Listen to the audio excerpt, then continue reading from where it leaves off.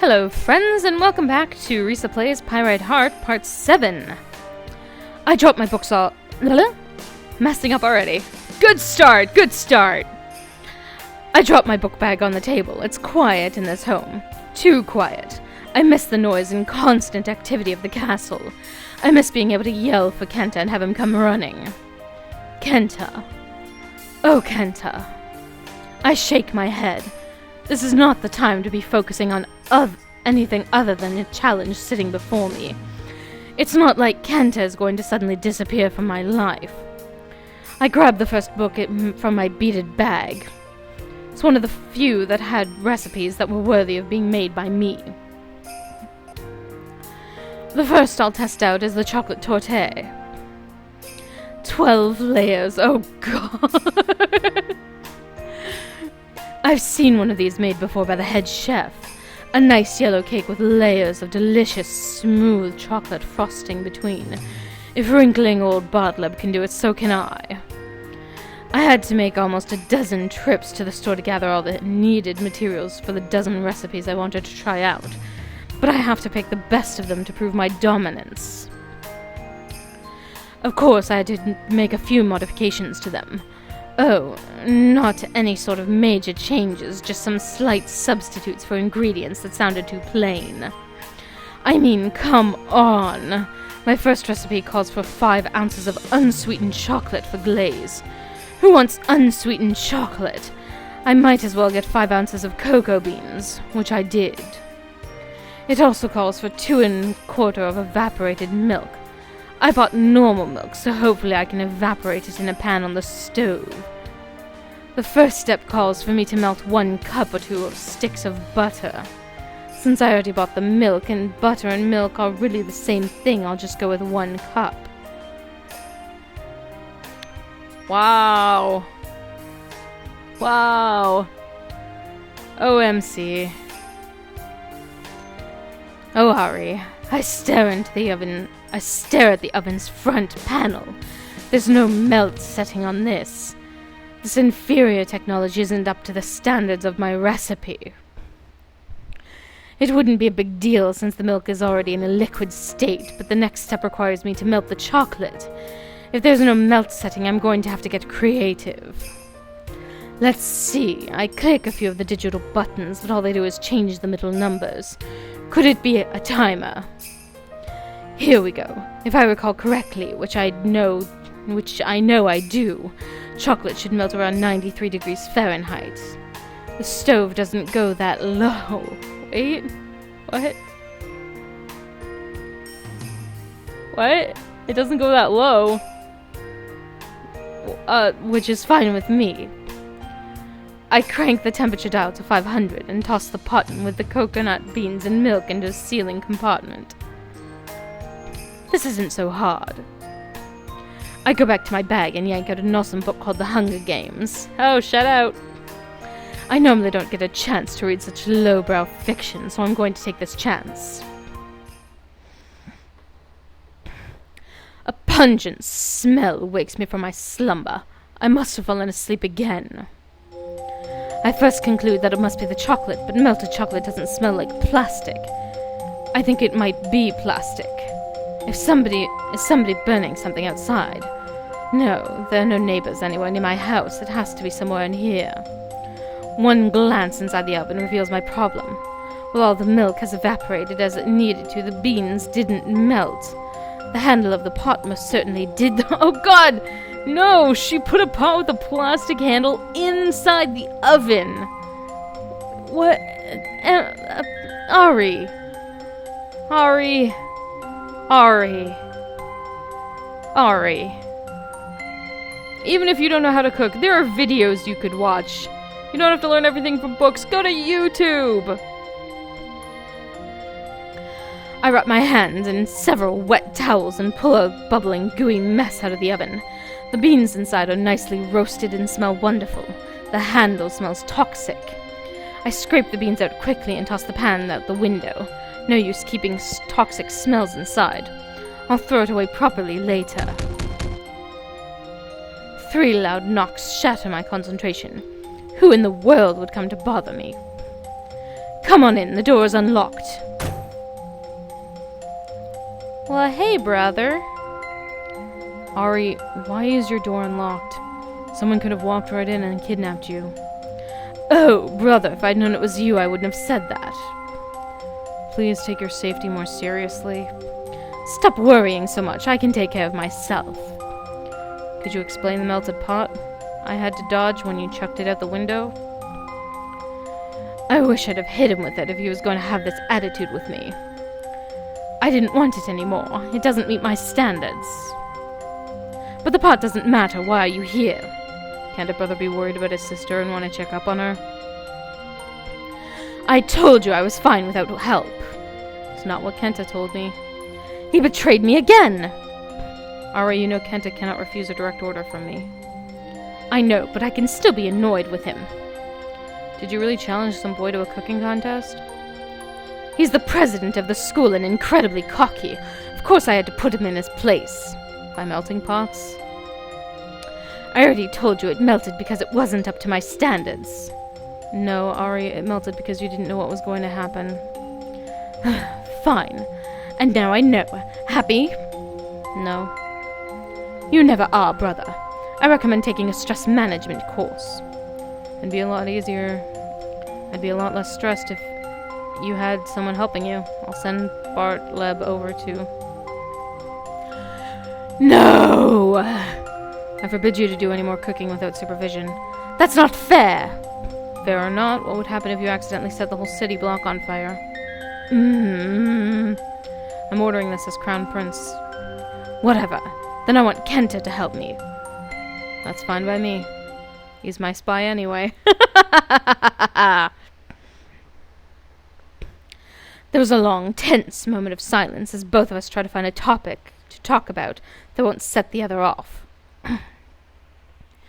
Kichiro tries first and goes after the most annoying topic possible. Kenta also informed me that he beat you in basketball. What? He seemed quite proud of himself. What else did he tell you, huh?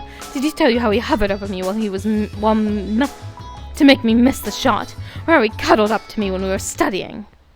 What? Uh-oh. Uh-oh. My brother's face falls. The constantly exasperated look is replaced almost instantly by one of blistering anger. What did he do? We kind of fell asleep on the other's shoulders. It's not a big deal. Princess Ramona, that sort of behavior is out of line for any servant of our house. Punishment must be dealt to anyone who would disrespect the family. Kenta would be relieved of his position. No! No! But I love him! He wasn't doing... If you'll excuse me. Stop it! Ari. You're not taking Kenta away. Blame me. I'm the one who fell asleep on his shoulder. He was just being protective. I beg you, Kichiro, don't send Kenta away. Alright. Really. I overreacted. I just don't like thinking about my little sister falling. That's why I had to sleep on his shoulder. He was just being a good servant. Even I can tell a lie that is unconvincing. Nevertheless, Kichiro just smiles and ruffles my hair. It's alright, Irie. Remember, you're just two perfectly normal high school students, not royalty under a dare. Such behavior is acceptable, for now. Thanks. I should get going. The Prime Minister is expecting me soon. Hey, Kichiro.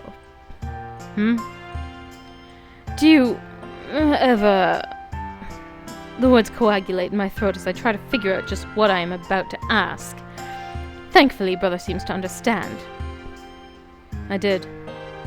I still do. Boop-a-doop-a-doop-a-doop-a-doop-a-doop-a-doop-a-doop. Out of his pocket, Kichiro pulls a small heart locket of dull gold. He flashes it just for a second before he pockets it. But you're royalty as well. Your duty will always be to the state, Ari. Don't forget that. Of course! Good night. Good night. He's right. I can't question myself. I didn't work so hard for so long just to lose my head in a simple cooking contest against a peasant.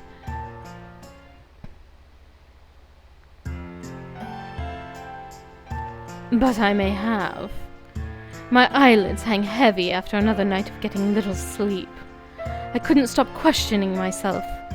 Kenta is part of both worlds, why can't I be?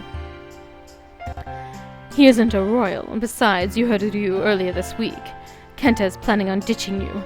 The only reason he's bothering to help you is because you're his master. Kenta isn't like that. He's my only friend. A paid friend. On and on, all night. No matter how hard they fought in my head, neither could come up with an answer.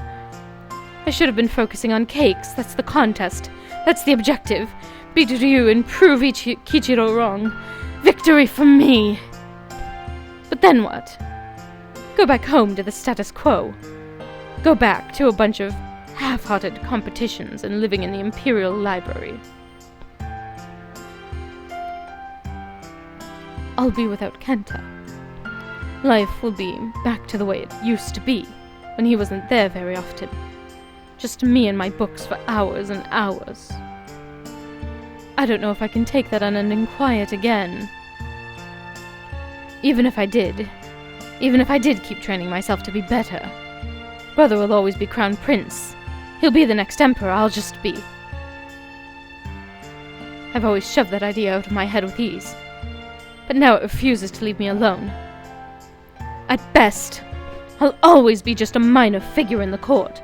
A disposable princess. That is unacceptable. I have to be the best. But I can never be the best royal unless my brother is out of the way.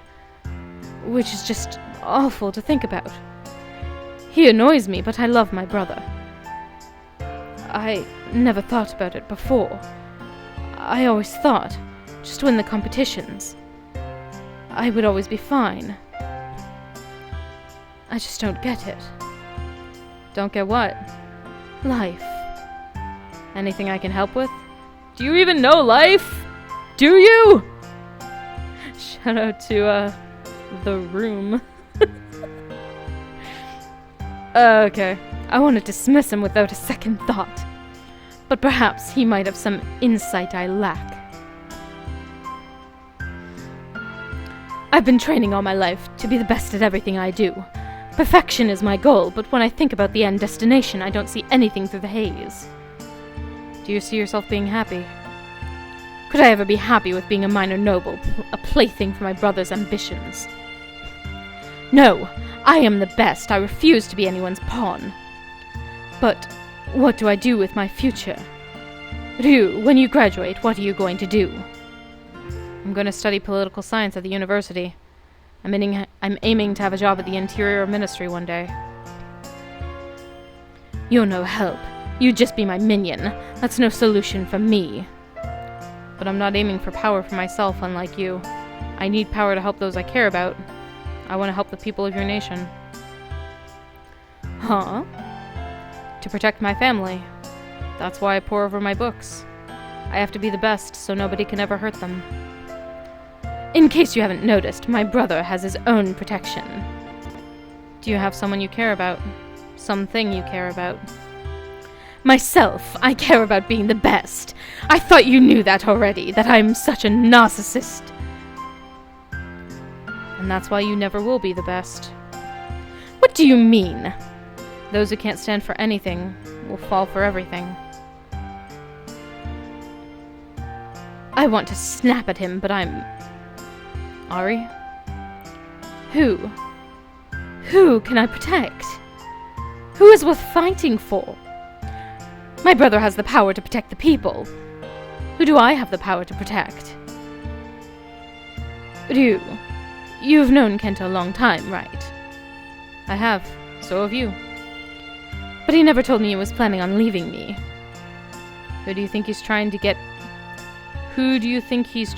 power to protect? Kenta might not always think things through, but I know there's something he cares about more than anything. Basketball! Oh, Ari. He always said you missed the obvious. Seriously! Kenta's always been in love with her. She never knew. She never noticed. Aww. How can I miss the obvious? It's basketball. Even at the palace, we always play basketball more than anything. So close, yet so far away. Stop looking so smug. Why don't you ask him, Ari? Maybe I will. Then go do it. You got plenty of lunchtime left. I storm out of the room when I remember something I want to ask first. Ryu, you don't mind if Kenta helps me cook, do you? Don't worry, I can still beat you despite that advantage. Thanks, Ryu. I await the results of your labors. Kenta? I'm gonna save you for next time. So, the end of the episode. Thanks for watching. If you liked it, give me a little likey poo. Thumbs up. You know, for good old times. Subscribe if you want to see more, because there will be more. There will be more. And have a good day. Take care, guys.